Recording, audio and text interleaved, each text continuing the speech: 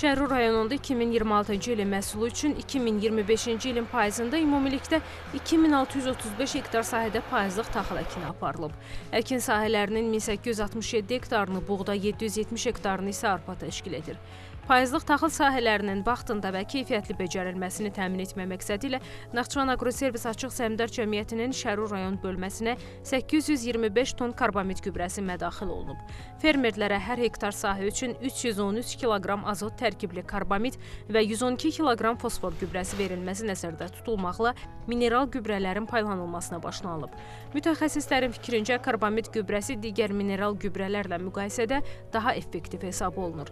Nəticədə məhsuldarlığın artırılmasına müsbət təsir göstərir. Karbamid gübrəsi mineral gübrələrin içərisində ən təsir edici qüvvəyə malik olan gübrələrdən. Onun tərkibində 46% azot vardır. Bitkilər tərəfindən tez mənimsənilir, amma boş gübrəsinə baxmayaraq. Ona görə də karbamid gübrəsinin taxıl bitkilərinə verilməsi daha əhəmiyyətlidir. Fermerlərimiz bu gübrənin taxıl sahələrine verilməsində maraqlıdırlar. Artıq fermerlər qarın yağmasına baxmayaraq taxıl sahələrində mineral gübrələrin səpinə başlayıblar. Agrotexniki qaydada aparılan bu işlər məhsulun inkişafına müsbət təsir göstərmək məqsədi daşıyır.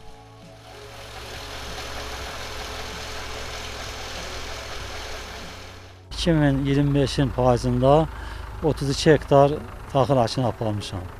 Əkini demək apardığım zaman deməli sertifikalı toxum və 150 kiloqram amofos gübrəsi ilə əkin aparmışam.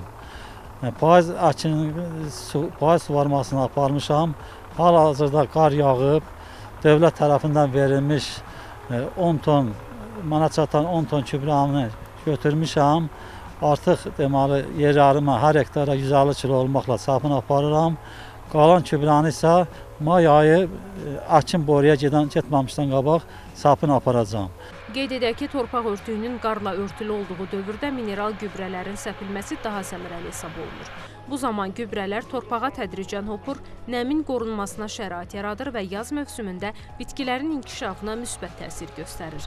Heydər Məmmədov, xanım Rüstəmzadə, Abbas Quluzadə, NTV Xəbər.